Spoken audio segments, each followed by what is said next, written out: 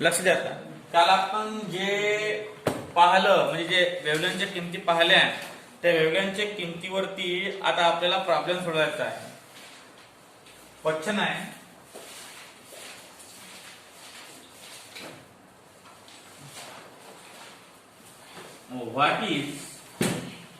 what is the wavelength of the photon, the wavelength of photon, what is the wavelength of the photon emitted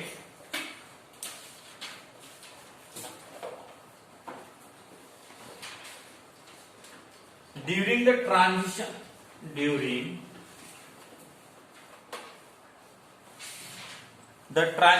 from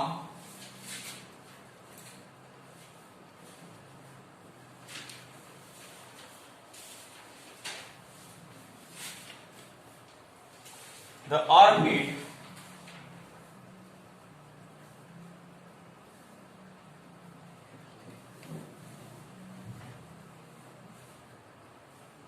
of n equal to 5 to that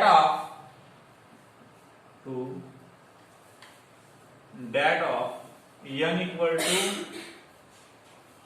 2 in the hydrogen atom.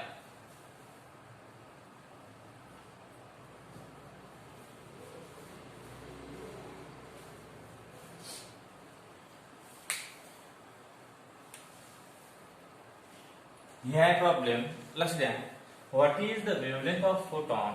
What is the wavelength of photon emitted during the transition from the orbit of n equal to 5 to that of n equal to 2 in the hydrogen atom.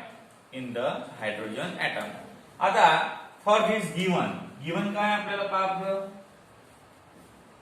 given मध्ये दिलेला काय आहे? n1 ची किंमत काय आहे? नाही, n1 ची किंमत आहे 2, कारण 2 पासून स्टार्ट होणार रे आणि 5 पर्यंत पोहोचून राहिलं म्हणजे n2 equal to 5. r equal to काय असते रे? 109677 इथलं काय आहे? युनिट काय आहे? युनिट सांगा बरं. Centimetre inverse. केले काय म्हणतात? Centimetre inverse. नंतर झेडची व्हॅल्यू काय करायला लागेल? झेडची झेड इक्वल टू 1. नंतर कारण हायड्रोजन एटम आहे ना, झेड इक्वल टू 1. आता काय करायला टाकायचं? काहीच नाही. आणि आपल्या काढायची आहे lambda equal to question. We have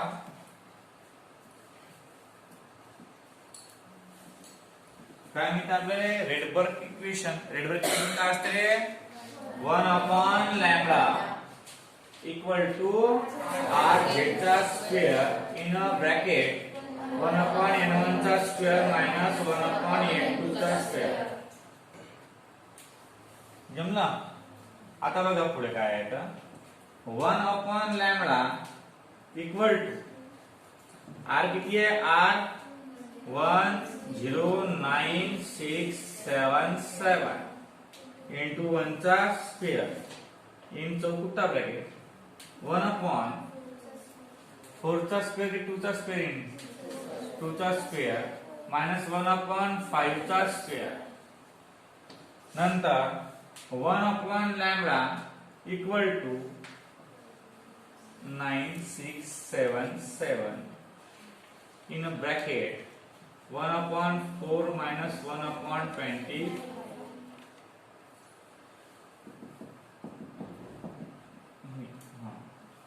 therefore 1 upon lambda equal to काय ना रे 109677 in goal bracket 25 minus 4 upon 100 चालते.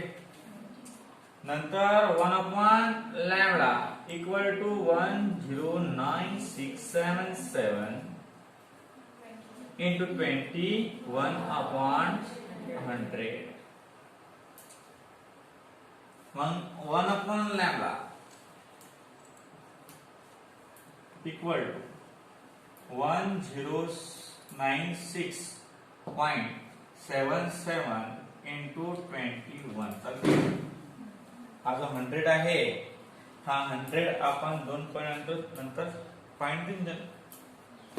चला आता काय करायचं 1 अपॉन लॅम्बडा इक्वल टू काय ना उत्तर येणार 2 नंतर 23032.17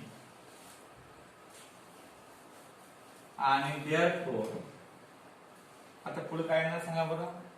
हे उलट होणार ना. उलट होणार म्हणजे काय होणार लॅम्बडा इक्वल टू 1 अपॉन 23032.17. जमलं. काय कर सांग 1 2 3 4 5 आहे. किती आहे 5. तर मग इथे तर किती पॉइंट आहेत म्हटलेले 5. काय लागतील 4 लागतील 5 लागतील 5. 1 2 3 4 5 आहेत की नाही. तर 1 2 3 4 5 लागतील. Therefore lambda equal to 1 0 2 3 4 5 into 10 to power -5. चालते काय शून्य जर दिले आपण इथं 10 to power 5 घ्यायचं. काय बरं असं करून करणार आपण. किंवा मग एक काम करा रेसिप्रोकल काढता येतं तुम्हाला. रेसिप्रोकल त्या लॉग टेबल मध्ये असते रेसिप्रोकल काढता येते काय. मग इथं रेसिप्रोकल काढायचा. आता रेसिप्रोकल किती पहा बरं काढा बरं रेसिप्रोकल याचा लॉग टेबल काढायचा आणि रेसिप्रोकल काढायचा. इथं आपण या एकावर 5 शून्य लावून आलो. किती शून्य लावून आलो 5. मग 1 2 3 4 5 लावून आलो की आपण. ते इंटू म्हणून दिले 10 to power -5 तो. -5 म्हणजे हा वरती घेईन जाईन खाली जाईन आणि ते वर्तन खालचं काय होत जाईल कट होऊन जाईल.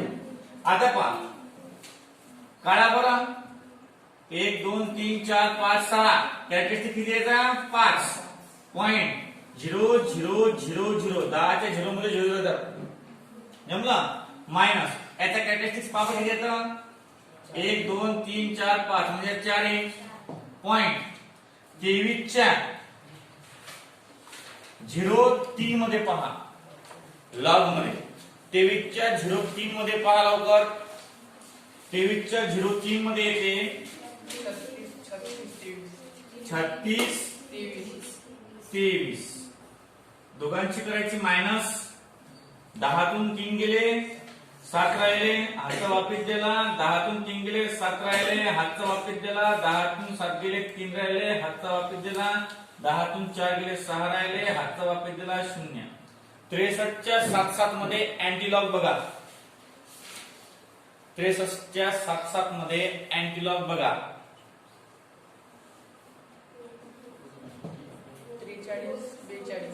43 42.10 -5. हा काय ना सेंटीमीटर.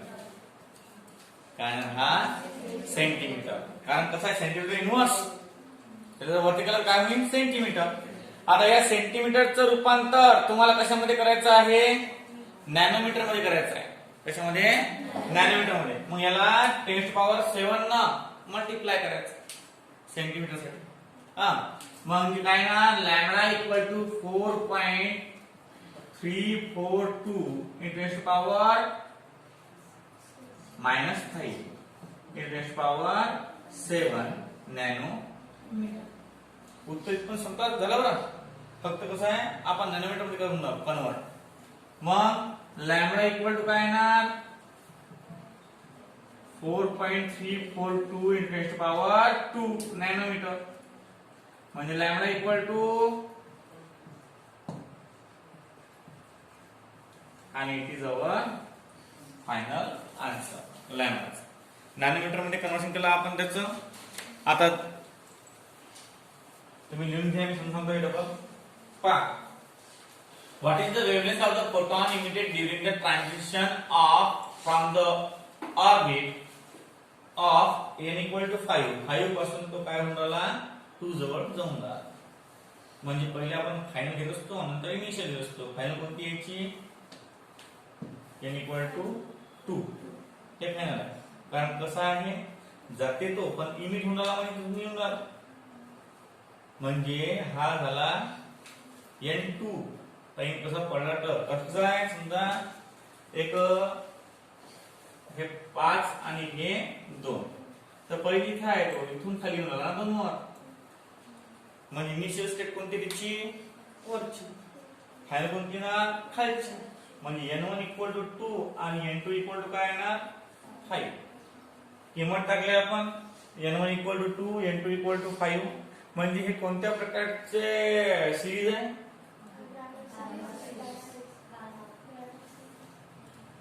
ब्राह्मण. कोणती आहे ब्राह्मण. गॅमाच्या पुढे डेल्टा आणि थीटा, थीटा हा सिरीज आहे काय, थीटा लाइन्स. म्हणजे n इक्वल टू 5 आहे ना, आणि n1 इक्वल टू काय आहे 2. मग n1 इक्वल टू 2 कोणत्या मध्ये येते, ब्राह्मण सिरीज मध्ये. मग मी खाली सांगितलं होतं की जो आपल्याला व्हिजिबल रिजन आहे तोच अभ्यासा लागते. मग व्हिजिबल रिजन कोणता आहे, ब्राह्मणचा. म्हणून n इक्वल टू काय घेतले, नीट 2, n2 इक्वल टू 5. आजची किंमत तुमच्या पाठात आहे. नंतर z इक्वल टू हायड्रोजन साठी z इक्वल टू 1 असतेच, आणि लॅम्बडा वेव्हलेंथ काढायची आहे. रेडबर्ग फॉर्म्युला आपल्याला माहितच आहे, त्या फॉर्म्युला मध्ये किंमत टाकून दिली आपण, कॅल्क्युलेशन केलं, उत्तर एवढं आलं. नंतर पॉइंट दिला इथं, त्या 21 न मल्टिप्लाय केलं याले, ते उत्तर एवढं आलं.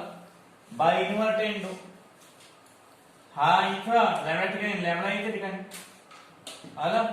नंतर 10 पॉवर 5 का बरं, 1 2 3 4 5 शून्य घेतले म्हणून उत्तर काढलं, लॉग घेतलं. आता या सेंटीमीटरचं कन्वर्शन तुम्हाला नॅनोमीटर मध्ये करण्यासाठी तुम्हाला मल्टिप्लाय करायचे 10 पॉवर 7. 7 न कोण मल्टिप्लाय केलं हा प्रश्न खूप महत्त्वाचा आहे, लक्ष द्या. 10 पॉवर 9 मायनस 9 म्हणजे मीटर इक्वल टू 1 नॅनोमीटर. आता मीटरचं कन्वर्शन तुम्ही सेंटीमीटर मध्ये करा बरं. 10 पॉवर मायनस 9 इंटू 10 पॉवर 2. 1 मीटरचं रूपांतर 10 पॉवर 2 सेंटीमीटर. मग सेंटीमीटर इक्वल टू 1 नॅनोमीटर. मग काय ना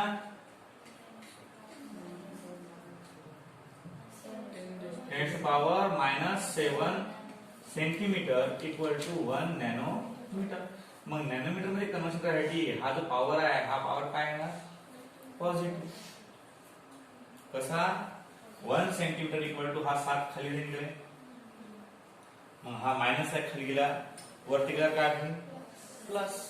म्हणजे 1 सेंटीमीटर बरोबर 10⁻7 नॅनोमीटर, म्हणून ते 7 आहे. म्हणून काय ते 7 आहे. हे कन्वर्शन आहे, युनिट कन्वर्शन फिजिक्स मध्ये तुम्ही शिकले चालू. अशा प्रकारे हे गणित आहे आपलं. सॉल्व एक्झाम्पल आहे तुम्हाला ते बोर्डच्या पुस्तकामध्ये. आपला नेक्स्ट टॉपिक आहे लिमिटेशन्स ऑफ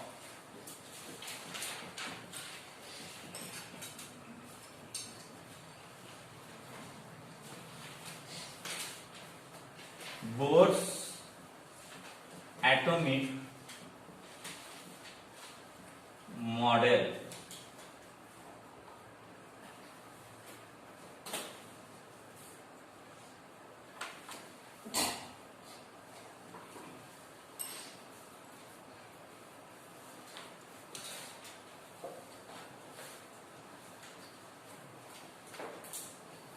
लिया पहिलं Bohr's atomic model. Number first, Bohr's atomic model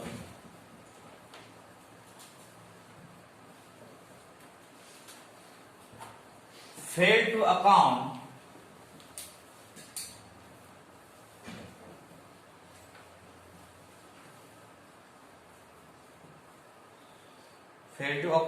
for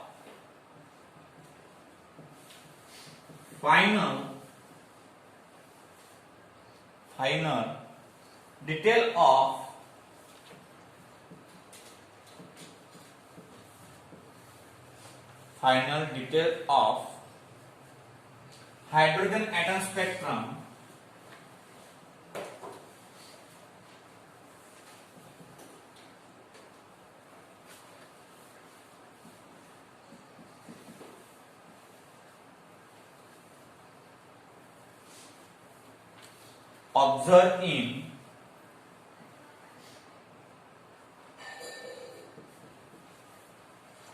observed in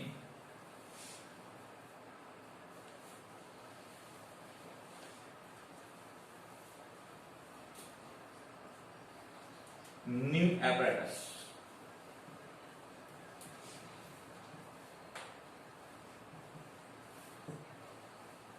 Number second, Bohr model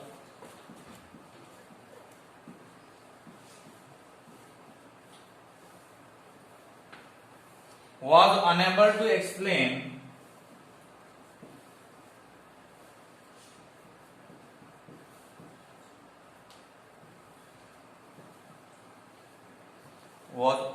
to explain the splitting of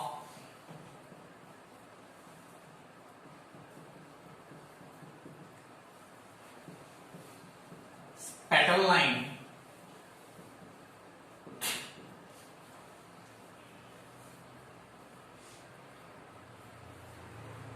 in the presence of a magnetic field.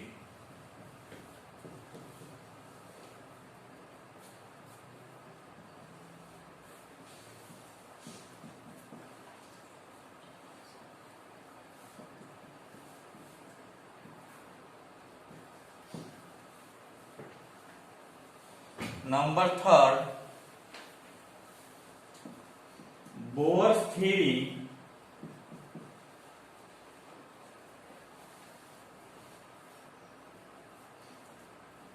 could not explain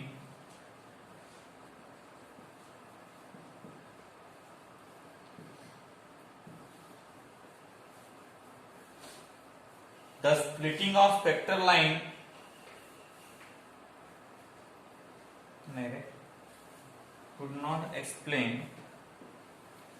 the spectrum of atom other than hydrogen.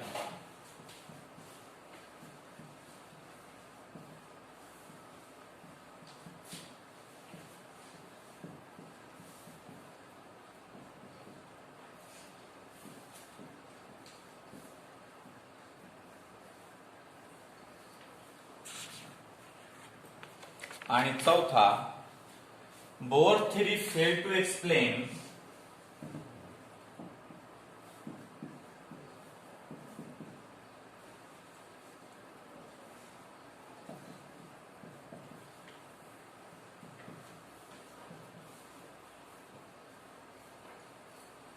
the orbitary of atom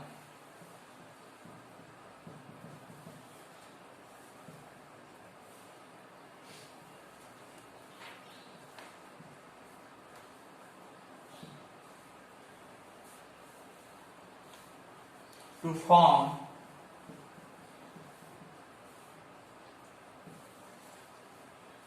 a molecule by chemical bond.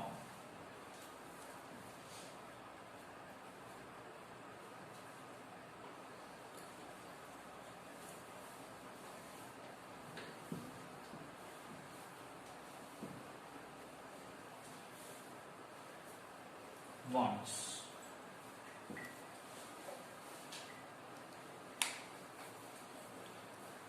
लक्ष द्या आता, अशा प्रकारचं आहे हे limitations of bore atomic model. म्हणजे जे आपण बोर ॲटॉमिक मॉडेल पाहिलं सध्या त्याच्यामध्ये एवढे लिमिटेशन्स आहेत की हे यांनी एक्सप्लेन केलं नाही. आता लिमिटेशन्स आले म्हणजे इंट्रोडक्शन ऑफ न्यू सायंटिस्ट आला. कधी माइंड मध्ये फिक्स करून ठेवायचा. ज्या अर्थी लिमिटेशन्स आले कोणत्याही थेरीला त्यावेळेस न्यू सायंटिस्ट त्यानं त्यात पाय टाकला. मग पहा आता लिमिटेशन कोणकोणते आहेत. लिमिटेशन कधी समजतात एखाद्या थेरीचे ज्या वेळेस एखादा सायंटिस्ट त्या मॉडेलला व्हेरीफाय करून त्यात काही न्यू चेंजेस करतो त्यावेळेस लिमिटेशन्स ऑब्झर्व होतात. आता नंबर फर्स्ट काय आहे. Bohr's atomic model fail to account for the final details of the hydrogen atom spectrum observe in a new apparatus. जो नवीन ॲपरेटस काढलेले आहेत सध्या स्पेक्ट्रोमीटर वगैरे वगैरे लॅम्बडा मेजर करण्याचे त्या मीटरमध्ये हा जो हायड्रोजन ॲटमचा बोर ॲटॉमिक मॉडेलचा कॉन्सेप्ट आहे हायड्रोजन स्पेक्ट्रमचा तो दिसलाच नाही. म्हणजे याने या मॉडेलवर शोध लावला. नंतर सेकंड काय आहे.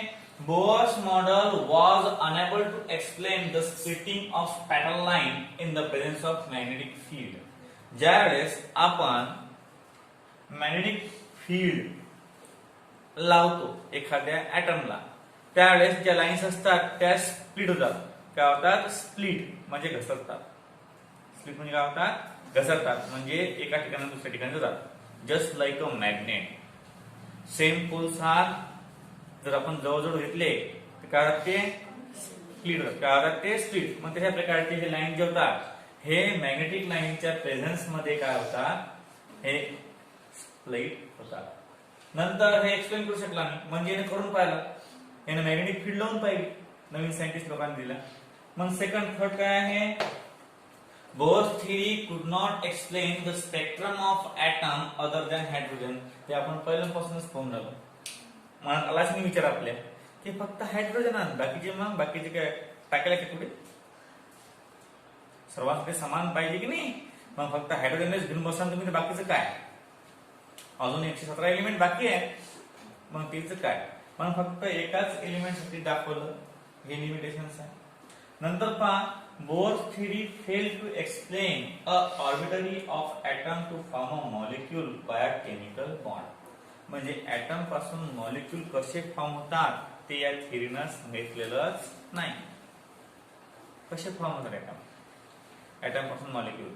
म्हणजे एखादा कॉन्सेप्ट एखादा जर ऍटम तुम्हाला लाईन स्पेक्ट्रम दाखवत असेल तर बॉन्ड किंवा बँड स्पेक्ट्रम कशा प्रकारे दाखवेल हे या थेरीने एक्सप्लेन केलं नाही. कारण फक्त ऍटमला यांनी अस्तित्वात केलं. फक्त इमिशन स्पेक्ट्रम यांनी दाखवला. ऑब्झर्व स्पेक्ट्रमवर यांचा जो रिसर्च आहे तो काय आहे 0 आहे असं माय म्हणणं नाही असं त्या पुढच्या सायंटिस्टचं म्हणणं आहे. आता पुढचा सायंटिस्ट कोणता आहे मग मग ते आपण रिझन मध्ये टाक. लिमिटेशन झाले. आता आहे reason for the failure of the bore model. म्हणजे बोर मॉडेलचं जे आहे ते फेल काऊन झालं. काय कारण आहे तर त्याला 2 कारण आहेत. नंबर फर्स्ट डी ब्रॉग्लीज प्रिन्सिपल आणि हायझेनबर्ग प्रिन्सिपल आणि डी ब्रॉग्लीज प्रिन्सिपल या 2 प्रिन्सिपल मुळे हे बोर मॉडेल काय झालं फेल पडलं. पहा लिहा रिझन फॉर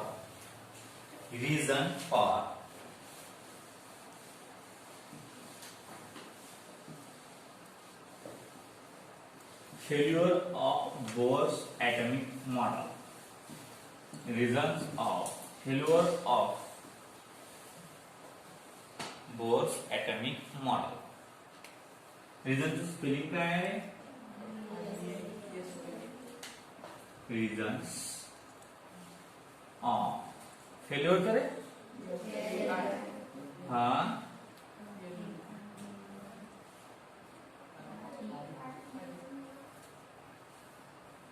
ऑफ बोर तो स्पेलिंग है ऍटॉमिकचा आणि model.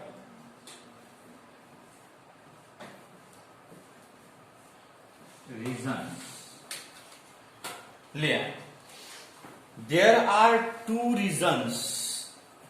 There are two reasons for the failure of. There are two reasons for the failure of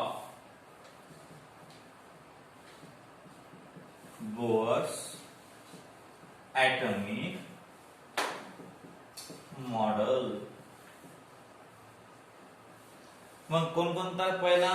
number first, de Broglie.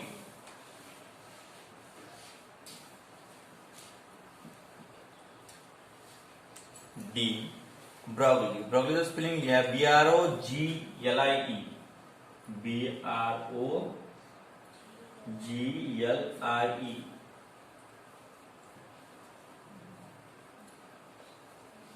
proposal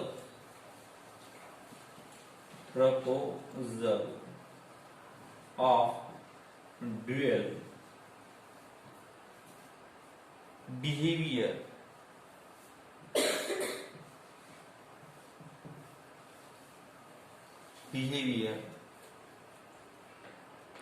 of matter.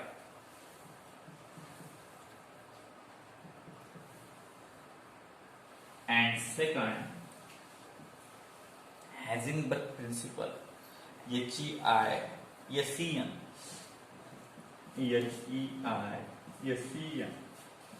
Heisenberg. BERG. हे ते spelling आहे की नाही, हे spelling लक्षात ठेवजा, कारण कसं आहे ते माया बी लक्षात नाही राहत. अनसर्टनिटी, कारण कसं आहे नाव आपल्या इकडे नाहीत ना, हे तुकाराम प्रिन्सिपल, सखाराम प्रिन्सिपल असं आलं असतं ते, पण तसं नाही आहे ते. हा पा अनसर्टन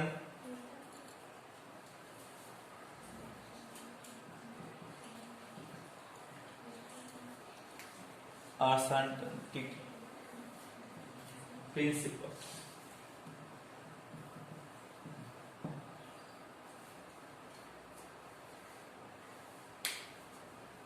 अनसर्टनिटी प्रिन्सिपल. हे दोन रिझन आहेत.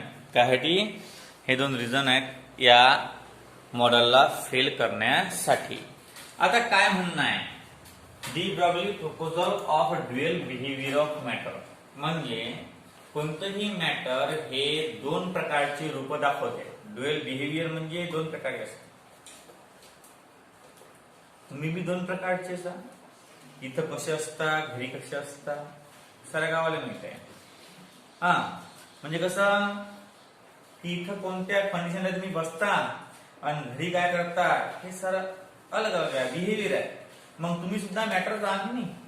मग मॅटर हे दोन काय आहे, ड्युअल बिहेवियर दाखवते. Number first, it shows a wave nature, and number second, it show a particle nature. हे एक्सप्लेन केलं कोणा, डी ब्रॉग्लीनं. लिहा. Number first, de Broglie's proposal of a dual matter. Number first, de Broglie's proposal of dual behavior of matter. In 1924, de Broglie proposed that. In 1924, de Broglie proposed that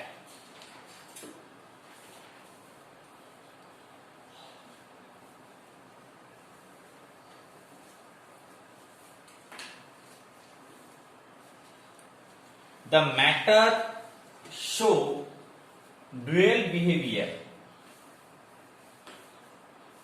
The matter show dual behavior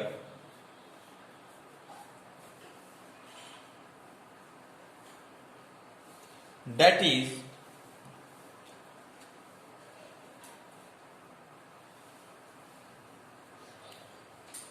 wave or particle like properties. Wave and और नहीं, wave and particle like properties.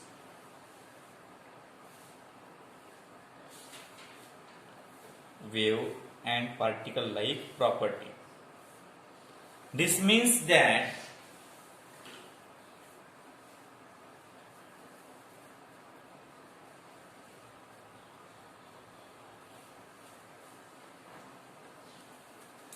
electron should have momentum. Electron should have momentum.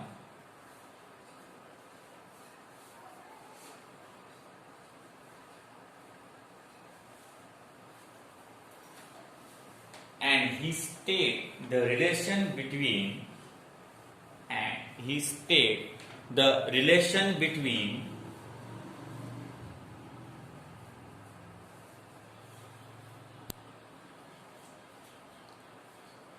momentum and wavelength.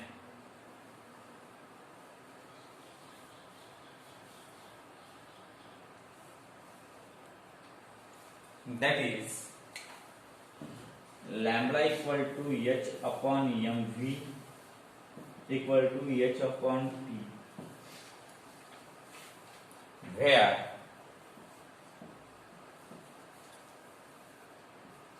m mass of electron, v velocity of electron, p momentum of electron and h Planck's constant.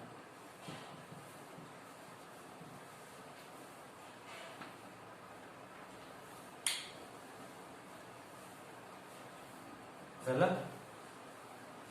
लक्ष द्या. काय म्हणते de Broglie?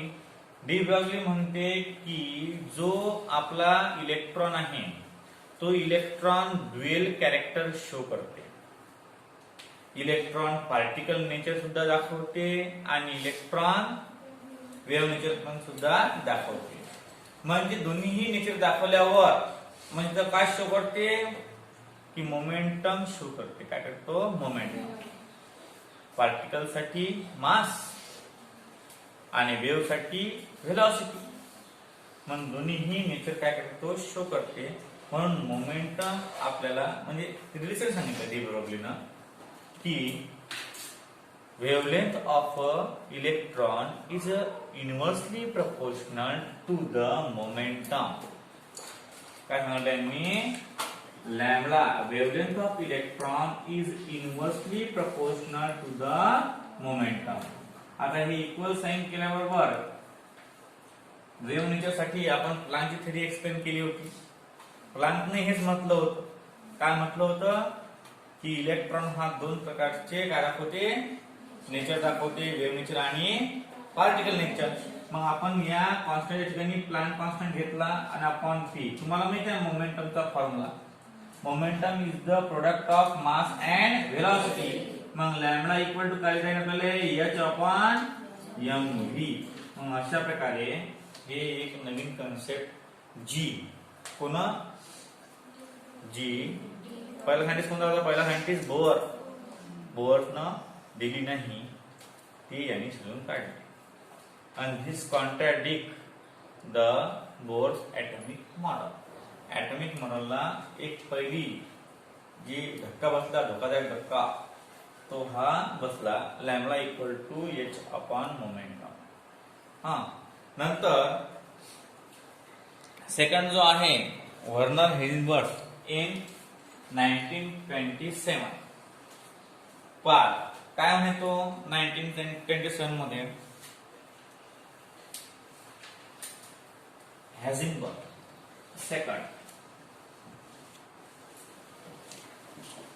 हेझेनबर्ग uncertainty principle. एकदम सोपी म्हणून म्हणणार, दुसरं काही नाहीये. Number second Heisenberg HEISENBERG Heisenberg uncertainty 10T principal.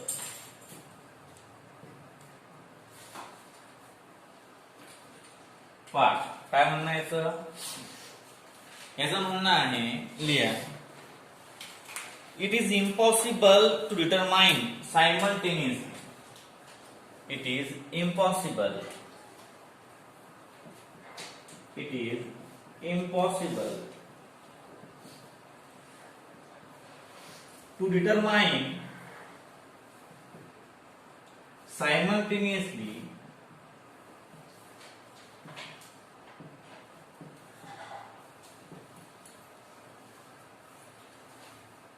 the exact position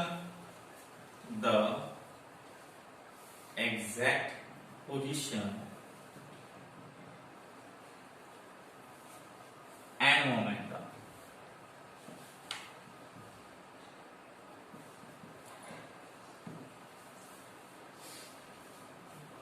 of an electron.